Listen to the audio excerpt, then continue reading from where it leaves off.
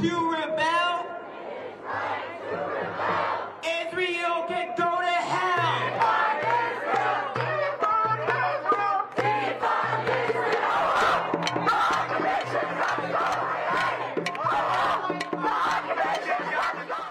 There you go. The world is upside down. The big weekend show begins with a Fox News alert. Hello, everyone. I'm Kennedy, along with Raymond Arroyo, Alicia Acuna, and Joe Concha.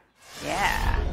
The big story tonight, tens of thousands of pro-Palestinian protesters flooding the streets of our nation's capital, many of them spewing anti-Semitic tropes and hate as they make calls for the total destruction and annihilation of Israel. Mike Emanuel live in the center of it all in Washington, D.C. Mike. Hi, Kennedy. A massive protest here in our nation's capital calling for a ceasefire in the Middle East, also calling for the United States to stop sending aid to Israel. Earlier, I caught up with a protester from Toledo, Ohio. They're killing kids, women. I mean, they're just pretty much bombing everything. This is not a war. War is a military against military, but this is against humanity, period. And we were just we're hoping that the aid will completely stop.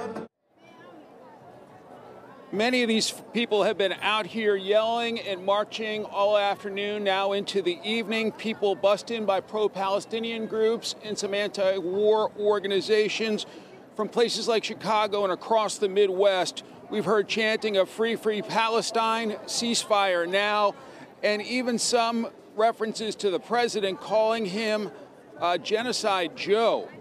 One protester told us she doesn't believe Biden administration calls for humanitarian pauses in the Israeli military operation. It's little more than lip service, in my opinion. They're getting lots of calls, lots of emails, lots of realization that a lot of people probably aren't going to vote for him next year, and he wants to do something to save his campaign. People aren't going to be appeased by that.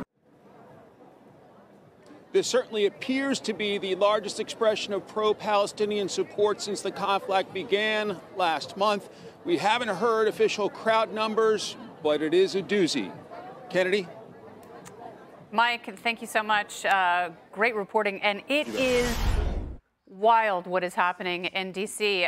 Raymond, so let me ask you this, because one of the things that comes to mind, of course, is the January 6th. Right. You know, the rally that turned into the crush in the Capitol. Are there comparisons here? You know, we're seeing a very similar map, people visiting the Capitol from all across the country. Well, a lot of these people were bussed in. Well, there are pro-Palestinian groups from around the country that concentrated folks here to build up their numbers and make a show of force. Here's the problem with this. We were Joe and I, and all of us were talking about this earlier. The pictures you're seeing here, I have never seen people this close to the White House gates. That's verboten, particularly since the Trump administration, when we saw, the crowds coming out of the George Floyd protests. They have a perimeter around the White House. So how this is happening now, I don't understand. But what you're seeing is an expression of rage, anti-Palestinian, and anti-Jew hate at a level that I've never seen before. I never thought I'd see. I just want to quickly read this. President Obama, former President Obama, gave an interview to Pod Save America. Here's what he said. This is today. What Hamas did was horrific, and there's no justification for it. And what is also true is the occupation and what's happening to Palestine and Palestinians is unbearable. This moral equivalency coming out of the White House and the former president is justifying a lot of what you're seeing on the street. There is no moral equivalency here. You have a land dispute, settle it in the diplomatic quarters. You don't get to behead people and kill innocent civilians to make your point. So I'm sorry. These protests are off base. They should be protesting for peace, not for the Palestinians, i.e. Hamas, who started this entire rage and hatred and bloodshed that we're now seeing in the Middle East. But there's also a normalization and a justification of it. I want to take a look at something Joe Rogan said. I know you and I both have teenagers and college-age kids, so maybe it's starting there and bleeding onto the streets. Let's take a look. It's very strange to see massive protests on the streets that are yelling out in support of the people that did that on October 7th. The fact that there's people that are so detached from reality, and they have this very strange leftist Marxist philosophy that is so untenable with the reality of the world, and yet they're teaching kids this. And then they're talking about this openly. It's so dangerous. And for young people that admire those people or that are being taught by those people and don't know any better, I never thought things would deteriorate this rapidly. Do you agree, Alicia? Yeah, it's really frightening. And, you know, earlier today on Fox News Live, I was talking to Sabrina Soffer. She's a student there. She's Jewish. She's a junior at George Washington University. And her mother, who lives in California, has asked her not to go to class because of the protests, because of the anti-Semitic messages that have been blasted up on the library that we've seen there.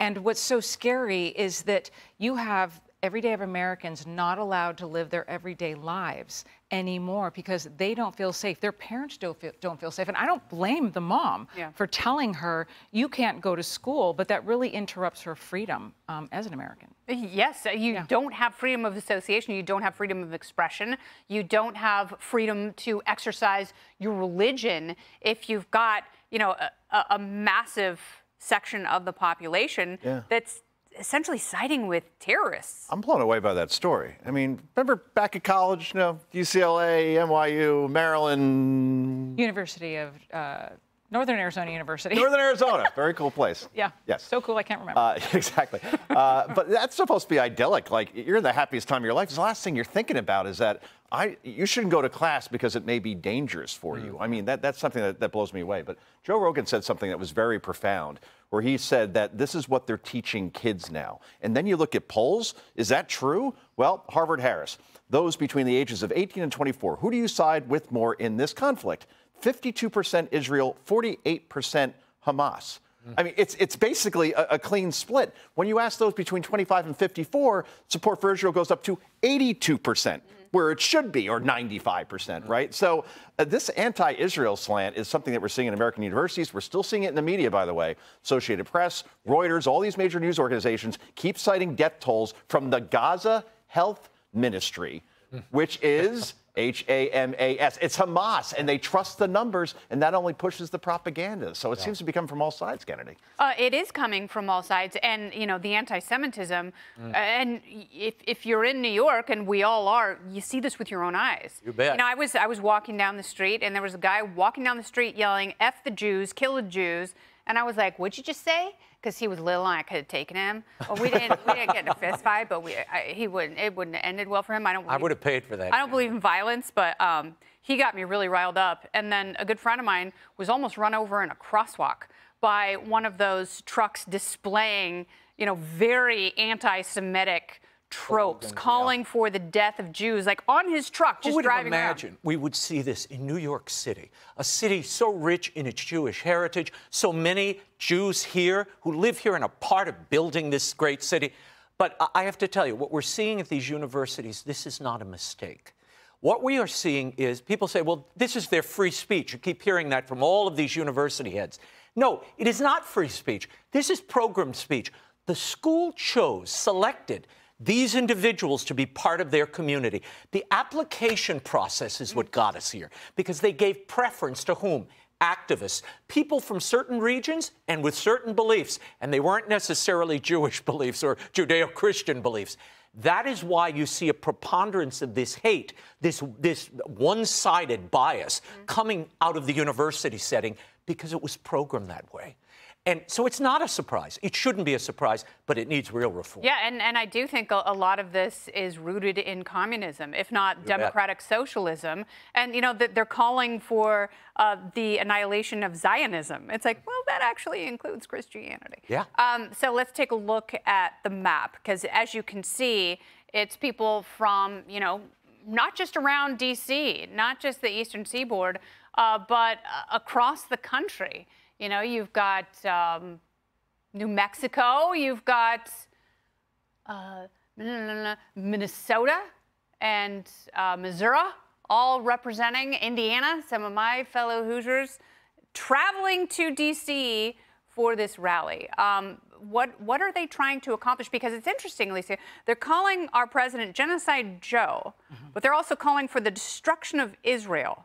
And I don't think that they want Israel to be set up somewhere else, like a pop-up shop in another part of the world. They want the extermination of the people who live in Israel who happen to be Jewish. Yes, and actually, you know, when we're watching those protests in Mike Emanuel, which is genocide in D.C., you know, exactly, and he's in there and he's asking questions and trying to press them. It's really difficult to get a specific answer to see if they specifically know what they're talking about. And when they try to refer to his history, the question is, well, at what point in history does your idea begin? Because there's something else that comes before that, and I don't think folks are paying attention to the details because it's not convenient. Yes. And there are many people who are protesting in this country, and if they actually went to Gaza and unfurled their flags, they would meet a swift end, sadly. Those who cannot remember the past are condemned to repeat it. I feel like we're going through that right now. Yeah, we certainly are. I mean, the world truly is, to Joe Rogan's point, it's upside down. You know, you are watching people espouse things.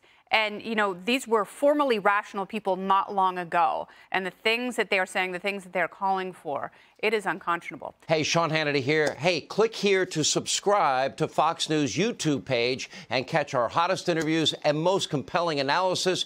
You will not get it anywhere else.